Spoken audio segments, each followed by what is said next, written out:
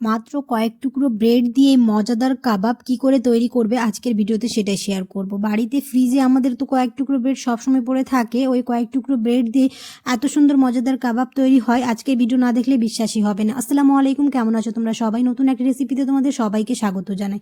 Video শুরু করার আগে একটাই রিকোয়েস্ট, চ্যানেলটিকে যদি সাবস্ক্রাইব না করে থাকো তাহলে সাবস্ক্রাইব করে দিও, আর ফেসবুক থেকে দেখলে পেজটাকে ফলো করতে ভুলো না। চলো তাহলে ভিডিওটা এবার শুরু করি। এখানে আমি নিয়েছি হচ্ছে 3টে ব্রেড। ওই 3-4টে ব্রেড থাকলে এই সুন্দর মজাদার কাবাব তৈরি হয়ে যাবে। নর্মাল ঠান্ডা পানিতে ভালো করে ভিজিয়ে এটা খুব ভালো করে চিপে একটা মিক্সিং বলে নিয়ে নিলাম। আর ওই ব্রেডের মধ্যে দিয়ে দিব হচ্ছে 1 বাটি ময়দা, দিয়ে দিব হাফ চা চামচ গোলমরিচ গুঁড়ো, হাফ চা চামচ চিলি ফ্লেক্স, হাফ চা চামচ জিরে গুঁড়ো, হাফ চা চামচ ধনে গুঁড়ো, স্বাদ অনুযায়ী নুন, আর দিয়ে দিব হচ্ছে হাফ চা চামচ বেকিং সোডা। বেকিং পাউডার দেওয়া চলবে না, বেকিং সোডা দিয়ে দিতে হবে। আর দিয়ে দিলাম হচ্ছে পেঁয়াজ, আমি এখানে 2টো পেঁয়াজ কুচি করে রেখেছিলাম সেই পেঁয়াজ। আর দিয়ে দিব হচ্ছে কাঁচা লঙ্কা ঝালের জন্য, তোমরা চাইলে এখানে লঙ্কা গুঁড়ো ইউজ করতে পারো, আমি এখানে কাঁচা লঙ্কা দিয়েছি।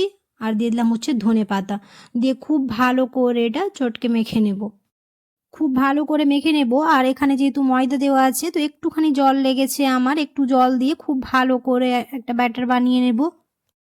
এটা মাখার পরে যেমন আমরা রুটি বা পরোটা একটা ডো বানাই সেরকম একটা ডো হয়ে যাবে। তো আমার খুব ভালোভাবে মাখা হয়ে গেছে, দেখতেই পাচ্ছ। এবার একটা মিক্সিং বলে নিয়ে নিব হচ্ছে হাফ বাটি ময়দা, আর দিয়ে দিব হাফ চা চামচ গোলমরিচ গুঁড়ো, পরিমাণ মতো নুন, আর নর্মাল ঠান্ডা জল দিয়ে একটা ব্যাটার বানিয়ে নেব।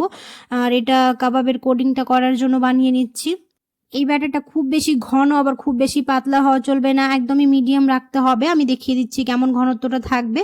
তো এরকম ঘনত্বটা থাকবে, মানে আমাদের ব্যাটারটা একদম রেডি হয়ে গেছে। আর এখানে কোনো রকম জল লাগবে না, আর এর কনসিস্টেন্সিটা দেখতেই পাচ্ছ এভাবে থাকবে। আর দিয়ে নিব হচ্ছে ব্রেড ক্রাম্ব। এবার হাতের মধ্যে একটুখানি সাদা তেল বা ঘি যাই নিতে পারো, দিয়ে একটু একটু করে গোল করে এরকম চপের মতো শেপ দিয়ে দেবো। তোমরা চাইলে এরকম গোল গোল রাখতে পারো।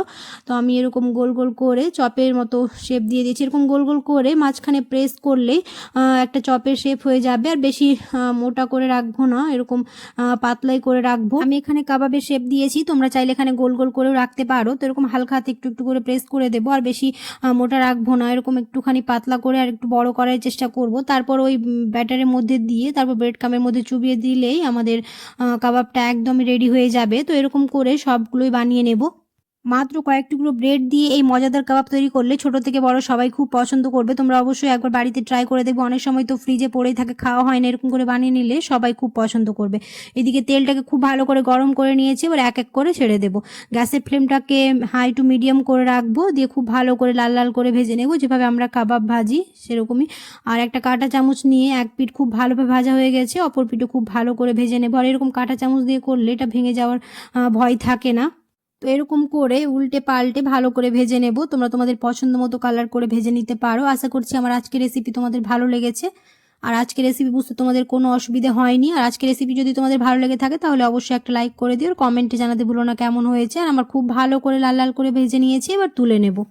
আশা করছি আর বলার দরকার নেই, দেখতে পাচ্ছ কতটা ক্রিস্পি হয়েছে আর কতটা লোভনীয় হয়েছে। অবশ্যই তোমরা এরকম করে একবার ট্রাই করে দেখবে। দেখা হবে খুব শিগগিরই পরের একটি নতুন রেসিপিতে। সবাই খুব ভালো থাকবে, সুস্থ থাকবে, সাবধানে থাকবে।